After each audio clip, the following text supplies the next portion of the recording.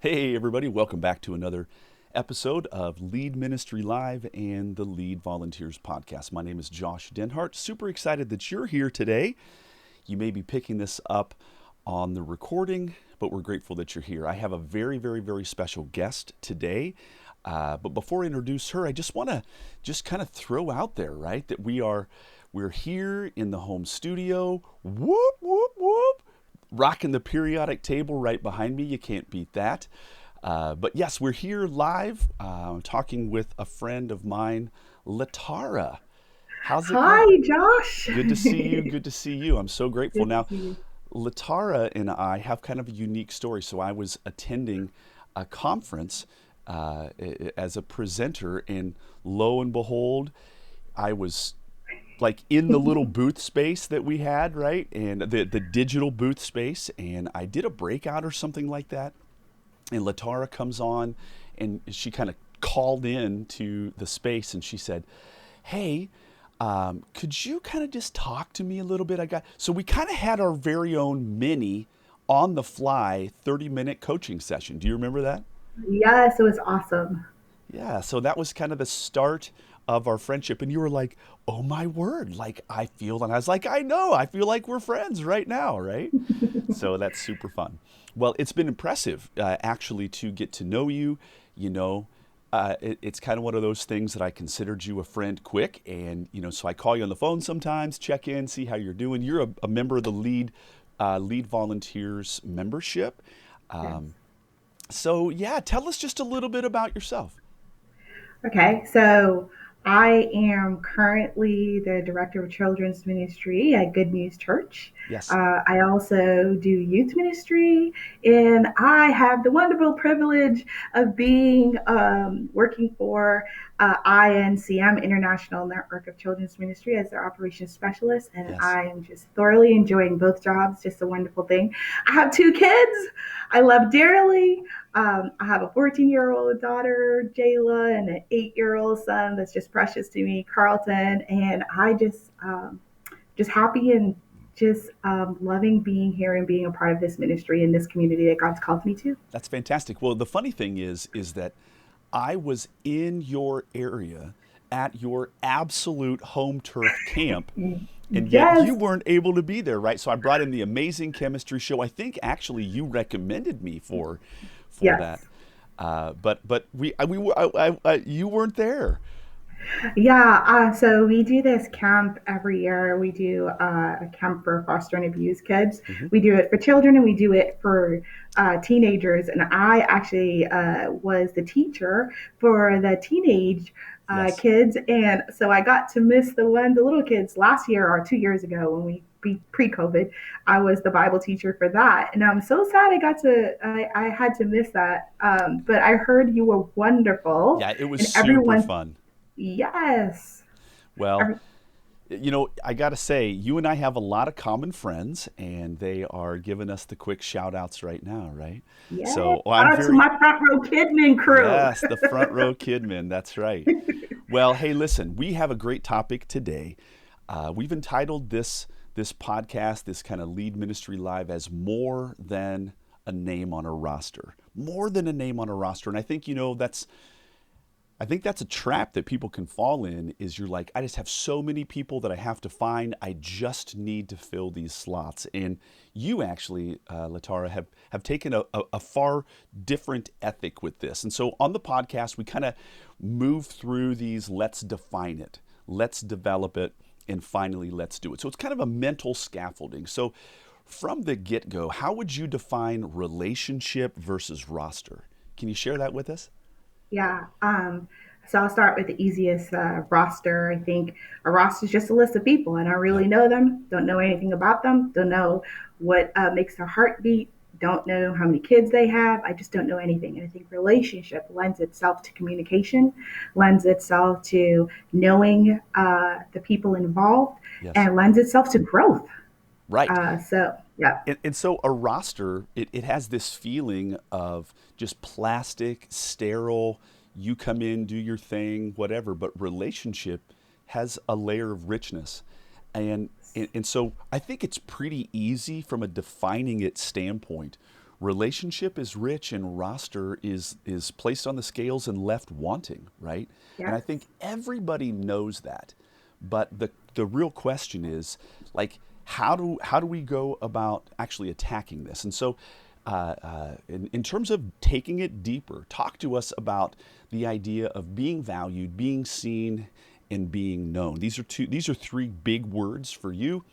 It kind of, as we unpack this today, I have to say, as we were talking on the phone, I'm just super impressed at the level of depth that you go to ensure that no one feels like a roster and that you yourself know them in and out. So take it away. Talk to us about this valued, seen, and known thing.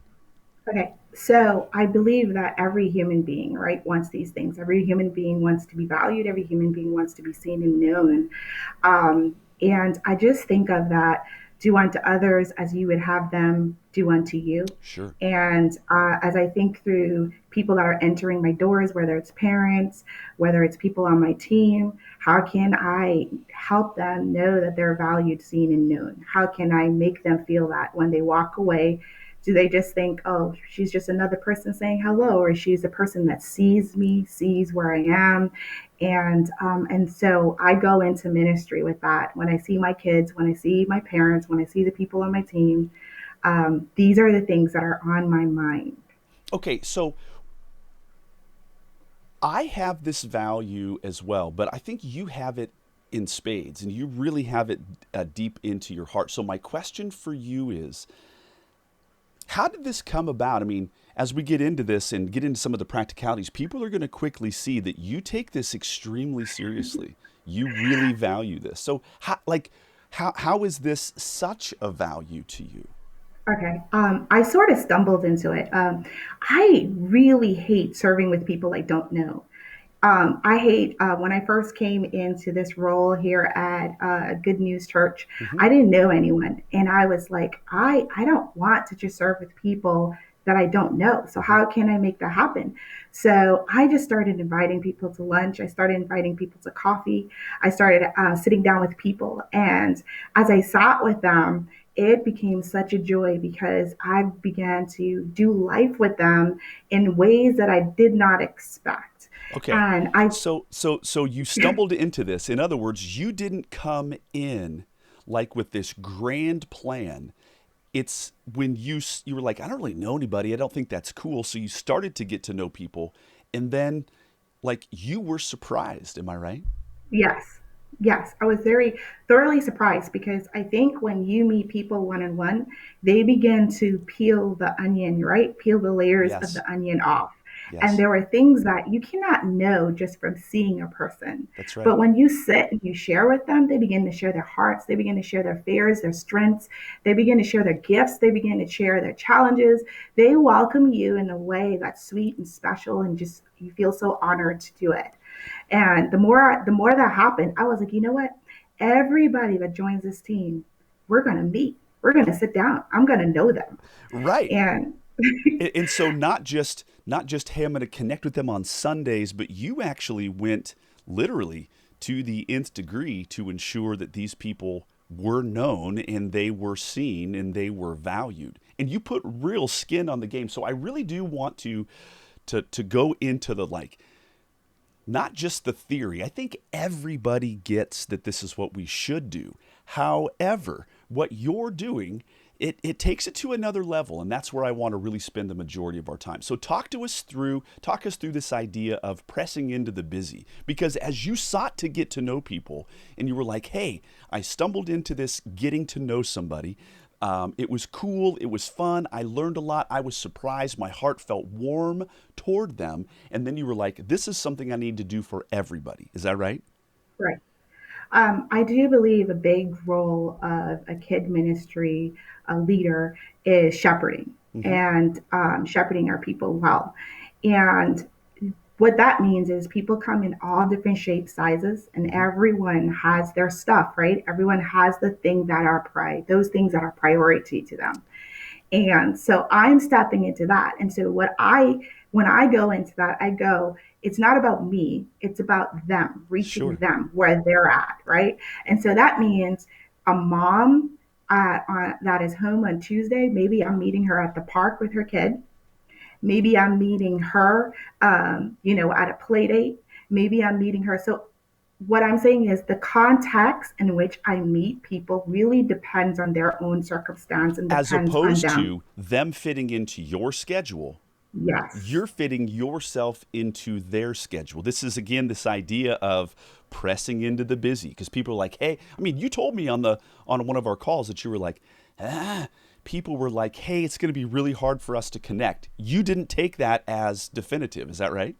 Right. No, everyone has time if everyone has an allotted amount of time. And so there has been people that say, hey, I have kids with soccer games, baseball games, whatever. They have games or they have practices. And I've said, okay, can I meet you at the practice? Can we walk around while your kid's playing soccer? And they go, sure, that would actually be really great. Or I have moms that they exercise and I know that they are exercising. So I go, Sure. you know what? I'll hold you accountable in that. I'll meet you and I'll walk with you at the park. And so it's not, Because your passion for getting to know them means that you're going to press in a little bit further and go, okay, so in your mind, I don't think they're trying to blow you off. I literally think they just think that they're too busy to carve out an hour and sit down with you. And you're like, it doesn't have to be that way. I'm going to carve out an hour and I'm going to join you wherever you're at. yes. That's And huge. the thing is the more you talk to people, Hmm. you'll realize they're really not trying to blow you off, but they No. do have weighty responsibilities. And sometimes there are challenges that causes them to not be available in the way they can fit into your schedule. But how can you just take 5 minutes, 10 minutes, 30 minutes and Yes. just say, hey, I just want to get to know you. I just want to sit with you and say, who's in your family? What makes you tick? What are Yes. those things? What are your pet peeves? Like what? Okay. Tell me all about you. So the if we could standardize some of the questions that you ask, you said pet peeves. That's Yeah. important, right? Because like, Yeah. what rubs you the wrong way? Tell us about that. Yeah. So I have questions that I'm constantly asking. The Yeah. first question to me is like, who are you? What makes you you? What are those gifts and talents that you have? What are some things that your heart beats for? Like what motivates you? And then Right. from there, I go, what's your pet peeve? Like if somebody's pet peeve is you don't text me back right away, I got to make a note to self. This person feels not valued when I don't answer them back. Yes. So I know that when I do text that person back or text them later, hey, it's not that I didn't value. I was a little busy. I just want you to know I will get back to you. Sometimes I don't text the person the response. I would just say, hey, I see this text. I will get Bingo. back to you later. See, I think Yes. that is critical because okay, I have known people, business leaders, ministry leaders who are like, "Hey, I don't have time to write out the full response." And so it takes them 3, 4 days. And they're like, "Well, I can't get to the full thing." The idea is boom, tell them, "I got this. I'm working on it." Yes. Yes. That is an Yes. acceptable first communication because we live in a very fast-paced world. So I like that, right? I do that as well. Yes. You want people to see, I still value you. I still see you. You're still known by me. I may be a little bit busy, Yes. but I see you. I got you. And I So will get back to you. yes, okay, so you're looking at people's pet peeves, the things that might be an irritant to them. Because in a sense, we're putting the breadcrumbs together to find out and to like go down the road to find out who they are. So Yeah. what's your passion? What do you like? What do you don't what do you not like? What's your pet peeves? What else do you kind of deal with? I think when you ask them those types of questions, there are some off-ramping questions, right, that you get into, right? So you're like talking to them, they begin to share, and you're like, well, how did that happen? Like what was your response to that? Or how did the Lord meet you in that? So So okay, what you just said is extremely important. So you have these set of, let's say, 4 questions. And mhm, those 4 questions lead to what you called off ramp moments where you're like, hey, you know what? I'm going to take this exit. And then through intentional, heartfelt, you wanting to know, you ask questions to take that off ramp and get into the city or into the little neighborhood of that issue. That's huge. That's good listening. That's good. You're drawing them out. Keep going. Yeah, so I tend to ask these off-ramp questions of what, because then it begins to add the meat to the bones, right? You get Yes. the bones and then you add the meat to the bones, and you're just like, okay, well, how did that happen? Well, how did you respond to that? Or how did your family handle it? What is the Lord speaking to you in this? What is the Lord speaking to you now about it? Have you been healed from it?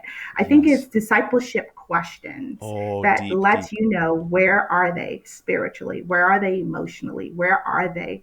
And then for me, I follow up with that during the month. I have on my calendar, I schedule a day where I am praying for my people, or I'm texting them, how are you, how can I be praying for you. I follow up with questions or things that they've said to me during the week. I'm like, okay, you said this, and then just following up, how's that going. Okay, so you're asking these questions, you're taking appropriate off ramps, but it doesn't end there. You're actually circling back around. And I think everybody needs to hear this next thing.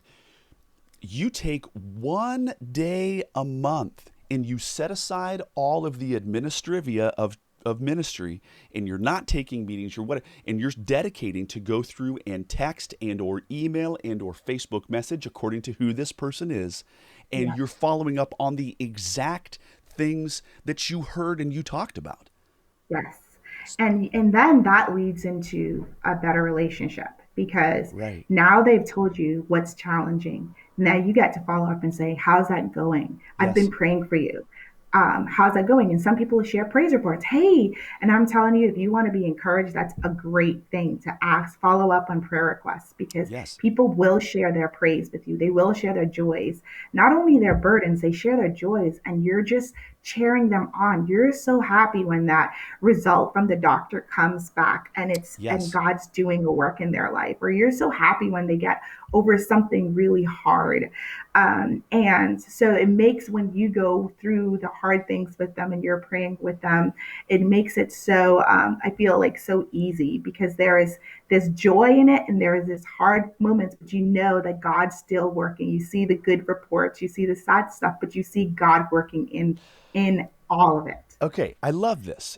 So you're taking you are like a miner, and you're going deep, deep, deep. You're saying, hey, you know what? There's this obstacle. Don't care. I'll walk around with you at your kids' soccer practice, and they're like, wow. Yes, I can do that. You're like, hey, I know you're going to go for a 30-minute walk. I'm going to show up and I'm going to walk with you. Would I be an interruption? And they're like, no, this would be great. You're like, hey, you're going to go on a play date. Would it be cool if I just tagged along and sat with you at the park bench and we go and watch your kid go down the slide together? These are their real life moments, and you are making sure you're inserting yourself. And in the midst of that, this is not about you and your ministry, and about this is you shepherding, loving, caring for people in the moment, and you can't pretend around that. I mean, that's so authentic that people feel and realize that, right? That's huge. Now, my next question is, you've met with them. You've done kind of a once. By the way, do you do this with everybody in your ministry? Like everybody Yes, that comes in? everyone that joins my ministry, both of my youth and my kid ministry, they get to meet with me. And also, I want to tell you too, I share that they shared with me, but I also share with them. I share my story. I share how I got it good news. I share what God's been doing in my life. I Yes. sometimes share, depending on their level of vulnerability to me. I Okay. I share. Go ahead. Yeah, Yeah, go yeah, ahead. keep going. This is huge. No, I share, if they're sharing, if they're being very vulnerable, I don't want to leave them with that, right? I want to make sure that I meet them there. Like, hey, I see you. I'm right there with you. God's working on this challenging thing with me too. And here's my challenges. Okay. So And from a psychology and from a like counseling standpoint, professional counselors call this mirroring. If they mhm, bring the conversation to a depth of 3, you meet them at a level 3. If they Yes. bring it to a level 5, you're willing to mirror that and go to level 5, as opposed to they share at a depth of 8, and you're like, yeah, one time I had a hangnail. What? Right? Yeah. Or if they share at a level 1 and that's as far as they're willing to go, you want to mirror that, as opposed to take them to the depths of vulnerability in your life. That's not equally balanced. I mean, when we were on the phone, we kind of talked about the teeter totter. Do you remember that? Yeah. And kind of Yeah. talk to us about the teeter totter and how you have to be careful with this mirroring thing. Otherwise, somebody's going to get their their back thrown out because they get smashed on the ground, right? Yes. So everyone's at a different spiritual level Mm-hmm. and everyone's at a different level of vulnerability. Mm-hmm. And even as I share, obviously I'm a leader, there are details that I can't go into, right? But I don't have to give details to say, hey, God's walking me through a challenge on patience. God's walking me through a challenge on obedience. Like, I don't Yes. have to share deep, deep details. But I don't want someone to share something with me and I go, oh, yeah, that's good. Sorry to hear that's happening with you.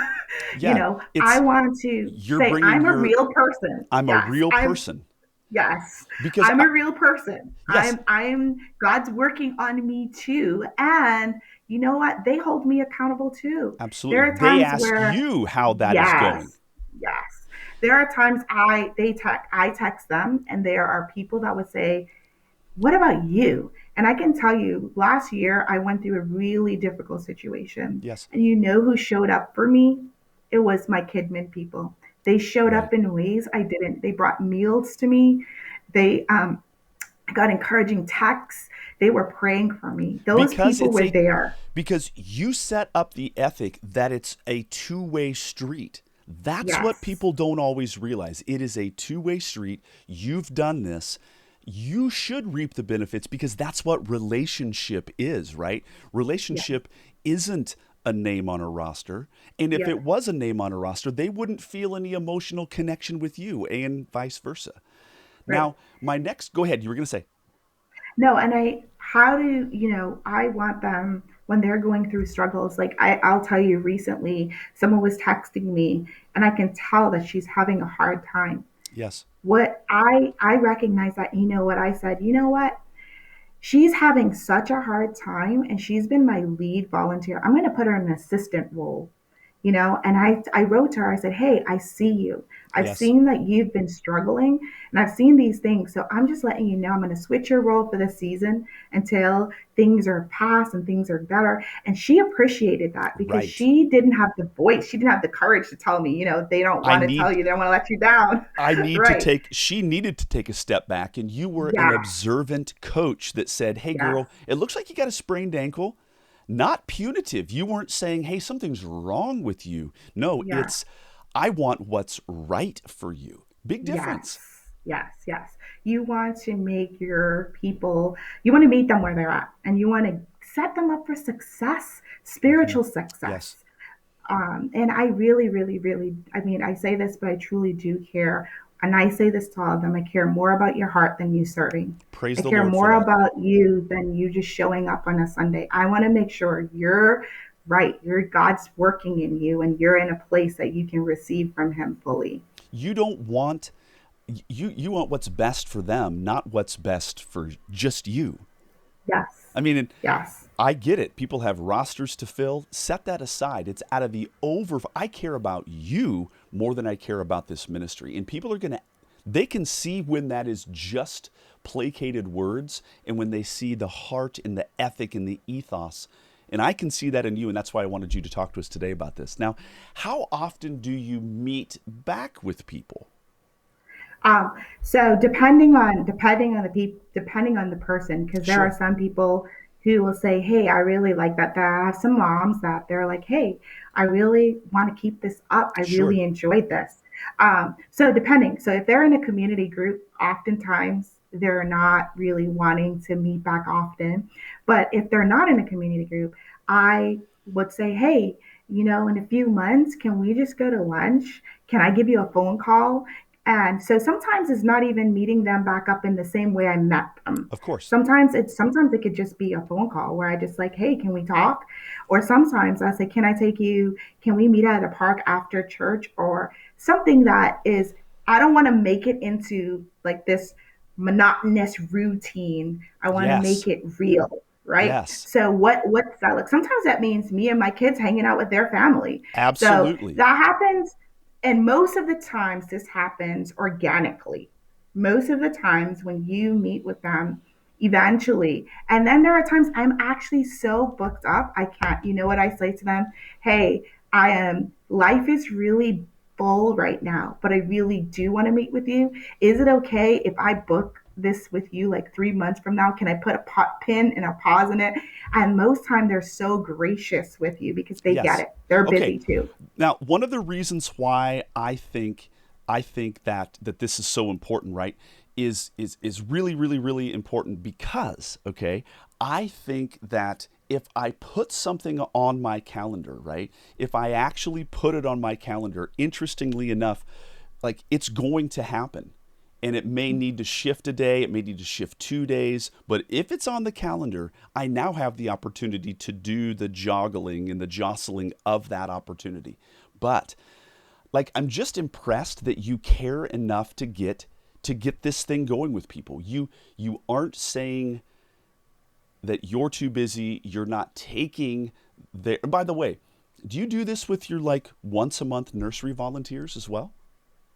Yeah, anybody that joins the ministry, it That's does not matter who it is. huge. Yeah, it does not matter who it is. And there are times where it takes a long time to meet people. I have a family that's been telling me, "Hey, we know you keep asking, and we want to make it happen, but we want our entire family there." And I'm like, you know what? Let's have a game night. I Why love don't it. I? Let's do a game night. And so it. What I'm saying is, it's not that hard. You just meet people where they're at. You don't have to make it so formal. You can be informal. You Hmm. don't, just showing up is enough. I Like agree with them that. seeing you is enough. You being there is enough. And I think not only just you being there, but you being a real flawed person who shows up late or who comes in as a hot mess. Who cares? I don't need to be seen as perfection. I need to be Right. seen as a person. Uh, I think this is fantastic. So, what would you say are the benefits to you as a person? I Because you're benefiting from this as well. You've alluded Yes, to it already, but tell me some more. yes. I think it has helped me tremendously with my spiritual growth. I'm going Yes. to tell you, there are times where you're struggling Yes. and someone begins to tell you their struggle, and you go, wow, what goodness and mercy and grace has God's been showing me? And here I am complaining about this little thing. And then a part of it is you begin to see them win, and it gives you hope even for you. It gives you hope, just for the people that are not there yet. And I feel like it's also given me rich, like, people I can call on, Okay, that's outside awesome. of ministry. Yes, That's outside awesome. of ministry, there are people that if I wanted them to watch my kids, I know so many people that I serve with that I can say, hey, can you watch my kid for me? Or this is going, I mean, I've had this happen where I've Yes. had no one in my inner circle. And I've had to go, hey, I know this is a strange request, but hey, can you? And so it's just been, I feel like we're a family, and Yes. I'm just maybe the mother hen, but I feel like But you're we're also a family. Yes, fellow sojourner. yes, You're yes, a fellow struggler. You're walking yes. along the craziness of I so respect this. The one thing as we kind of close off our time is it's not about perfection. It is about Yes. vulnerably getting into a relationship. I am crazy impressed Can I with add one more thing? yes, please, please, I please. think I think one of the biggest benefit is retention. Tell me more. People are less likely to leave a family, but they Wow. will leave a roster. If you don't know them and you don't have a relationship with them, because I've had people step back and come back into ministry. They're like, Latara, we're only leaving for 2 months. And at first I was like, really? Yeah, they're gone. No, Yeah. they come back. They come back. Love Okay. this. So retention, if you want retention, I think if you're struggling with retention, I say start with your relationships with the people on Of your course. team. Yeah. I See those cannot people, value agree. those people. I Yes. cannot Uh, agree more. I think that is yes. huge. Yeah. And another thing that if I was to give a little tip, Yes. um, one of the things I do is I write hand notes to people, Okay. and sometimes I mail those. So sometimes it's not even a text. I mail those, and what I do is sometimes if someone's above and beyond, I'll let my pastor know, and I say, can you just write this person? I'll mail it for you. I'll Okay. I'll send it for you. Pull that all the way back around because that is Yes. huge. Yes. Go there real quick. This Okay. is So deeply more than a name on a roster. Go ahead. yes.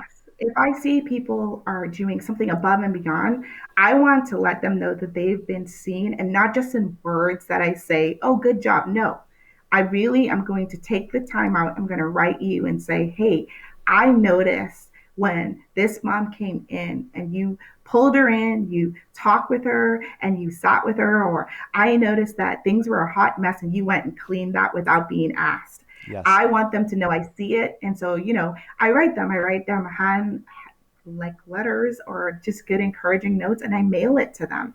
I mean, we don't even get mail anymore. We're No, just we like don't. emailers and But texts, but but you it's so special literally when you do. you walk into your senior pastor's office Yep. with a note Yep. I have note cards. I have prepared good news note cards.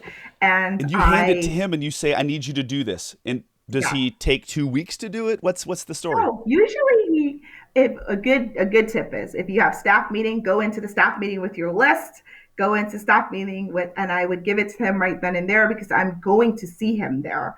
And I Yes. said, and he would just write the little notes right there, and we just mail it to So them. so it's your intentionality and your preparedness that you're teeing him up for a quick success and a quick win. And he's like, yeah, I can do that. And he just writes it real quick. And now that person has heard from the senior pastor. That is Yes, even. And I huge. also think if someone's struggling really, really, really bad, like they're really going through challenging things, Yes. I let my pastor know, can you reach out to that person too? Can someone on this team besides me reach out? Whether someone passed away, had a new baby, whatever. I need to not be the only person on the team saying, I see you. Okay, and so So this is the wisdom, right, of yes, of co-shepherds, of fellow shepherds, and you're like, "Hey, listen, you wouldn't be in a position to normally know this. I do know this. They need extra. Do this. Here's how you can do it." And you're making it easy for another shepherd to give the love. I think that this is genius. I'm so impressed. Keep us going real quick. I know we're kind of going over time here, but there's a lot of engagement. People are following what you're saying. And we talked on yeah, the phone, and you said this is easy for me to talk about. So I want yeah, to tell us a few more things. yeah. I think the biggest thing is I think it's always for the where your heart is as a leader. If your heart is just to fill spots, then you're just going to fill spots. Hmm. But if your heart really is to shepherd people, Praise the Lord. then then God's going to make room for that. And I will tell you, there are people that call out, and I don't give them a hard time about it. I go, "What's going on? You are calling out today. Hey, what's happening? What's going on? Is everything okay?" And usually they'll share their hard stuff with me, and I would go, "Oh, I'm so sorry." And I follow up during the week. I go, "You were sick. How's your kids Right. doing? How are you doing? Right. Like, are y'all better? Is there something more that I can do? Do you need to step back? Like, what's going on?" Okay. Right there, I don't just go, "Oh my gosh, they called out." Right. So you they know, called in. They said they canceled out. Well, what's going on there? yes, yes. Why are you calling out? Yes. What's going on? Now, the Yeah. interesting thing is, years ago, there was a key family at our church, and they were gone for like 6 weeks, and nobody said a word. Did somebody notice? Maybe, maybe not. That's a problem from a pastoral Hmm. standpoint. And then Hmm. when they, listen to this now, when they didn't get any communication for 6 weeks, they were like, this seals the deal. I am not known. I am not seen. I am not valued. So it was the absence of somebody asking them what was going on during that 6-week window that sealed the deal for them. This is not a place that cares about me. Not Right. good. I also do that for moms or parents as well. If I don't see my kids show up for a while, I will text the mom. And as a matter of fact, this happened just last week. I MIA'd a mom and then found out her son was in the PQ. No one in our team knew, but because I didn't see that mom, I was like, whoa, she's not usually not here. So I pay attention on Sunday mornings. I don't show up just to do a job. I show up to see people. I show up. Okay, that's Yes, huge, right? yes, You're yes, showing up to see people. The yes, job, in a sense, the job is the means by which you get to see people. yes, yes. The And ministry so is the people. yes, yes, that is the work. That That is the is the most work. important work. And so, yeah, organizing people, that's like priority number 3 or 4. Number one is, do you see these people? They belong to Jesus, and we're have a special place of discipling them, of nurturing them, of encouraging, exhorting. And Yes. I guess I take that really it's such a privilege and an honor to do it, and I take it well. I want my people to know that they do have a sister. They don't have a director of kids ministry. They Yes. have a sister in Christ that's rooting them on. That's right. And I got to tell you, this has been something for me, okay? That's why I'm drawn to you. That's why I call you. That's why I became quickly a friend with you. I'm getting all emotional here, but it's the truth. Uh, you've asked me, you said, wow, I didn't realize that you had 4 kids because you said, you said to me, it's not necessarily that Facebook is a great place to deeply connect, but at least I learned that you had 4 kids. And then you asked me about my 4 kids. And then we got into this discussion about mouthy 14-year-olds. Can I have an amen, right? Oh, my word. This is so Yeah, good. I'm so proud of you. You're doing an excellent job. And I think that the whole community needs to know there is a way. And people need to take your lead on this. And they need to say, hey, yeah, she's worthy of being followed. And yeah. and the passion with which you are willing to go to like almost make your life harder to get into their world. It's that big of a deal to you. Yeah, and I want to say that someone did that for me. Like Okay, there go was with that. someone, Go with yeah, there that. was someone that was willing to be inconvenienced for you, right? Someone took the time to notice, value, and see you. And so for me, that's just the Jesus way. Jesus is like, come follow me. Let me get all up in your business. Let me just Yes. be with you. And so I guess I see that and I go, God, how can I just invite these people along, be along in this journey with them, and how can I make that practical in the ministry context in which I'm in? If you're So listening yeah, to this, if you're listening only, you won't be able to see my goosebumps. But somebody took the position of inconvenience for my sorry self, and they helped nurture me along.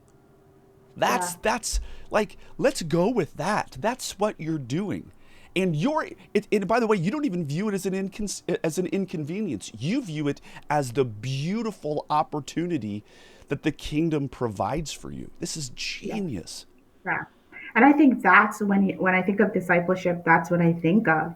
That's If right. we're going to say we're making disciples, this is part of making disciples, not just to our kids, but to their parents that The and full to family, everyone. yeah. Yes, yes, everyone that's a part of the family. And so, yeah, they're And family members. they are a family member. And, I love it that this has happened. Somebody did this for you. And Yeah, you're just literally kicking the can forward for other people. And you're doing this, you're paying it forward with other people. Um, the rewards of this are untold in their lives. The rewards are untold in your life. This is no longer a job. This is my the essence of my being. yes, Getting into people's lives and people realizing that you're willing to get messy and dirty on their behalf. is huge. Now, another thing that I want to point out, years and years and years, well, I mean, it's happened a lot, but God has actually, what does it say in the book of Second Chronicles? It says, the eyes of the Lord are searching to and fro the earth, looking for somebody Mhm. who will, who's willing to take him seriously.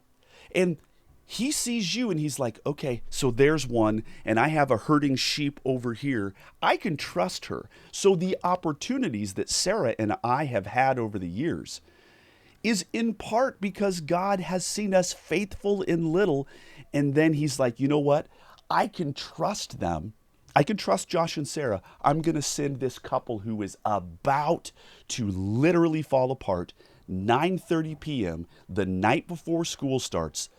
I can trust Josh and Sarah. And I believe with all my heart that God can trust you to do his hands and foot work with hurting good people. Crazy proud of you, girl. I really, really, really am. Yeah, thank you. Any It's been an closing, honor. amen. Any closing words that you would give to everybody today? I mean, really, in a sense, I think this is a key piece. Pressing into the busy. Don't take no for an answer. It's your passion that's going to push this forward, right? Yes. I would say that you set the tone.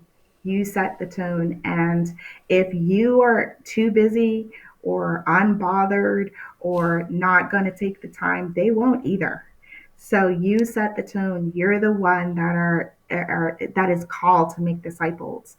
Yes. And I would say it starts with your heart. It starts with where you are. And I guess my biggest thing is, what's your motivation for Right. doing it? Make sure Right. your motivation is really centered upon Jesus Christ and his Yes. great commission and what he decided, what he called us to make And disciples. a beautiful natural outcome of that is that people will stay. That's Yes, the yes, lingering gold. yes, It's not the yes, that's not what I'm shooting for. yes. That happens because of. Yes, you want them to be a part of the family, and being a Yes. part of family means we do life together, and we don't do it. And sometimes people move, and we do it for a short time, but we do this for as long as you're here, as long as That's you're in my exactly contacts. right. We're going to keep doing it. Yes, You know, and one some of the people oh go leave, ahead. and they some people leave, and they become friends for life. But Yes. you do it because they're family. That's exactly right. I used to tell people, hey, I know it's not a very good trade, but if you volunteer with us, you get me. I know it's not a good Yeah, trade, but you get me. Well, this yeah. has been fantastic. Thank you so much, Latara. You are a gift. You're a gift to the community. You've done a good thing today, and I think that there's a handful, if not an armload of people that are going to take their job just a touch more kingdom minded, and I'm very, very, very proud of you. Well, gang, this has been Lead Ministry Live. Thank you guys so much for coming with us today. I'm super, super, super grateful for good friends like you who are listening, and my friend Latara. She absolutely has a winning heart, and I want you to connect with her and to follow her. She's really something that we all ought to be emulating. Gang, thank you so, so, so much. We'll catch you next time on Lead Ministry Live and the Lead Volunteers podcast.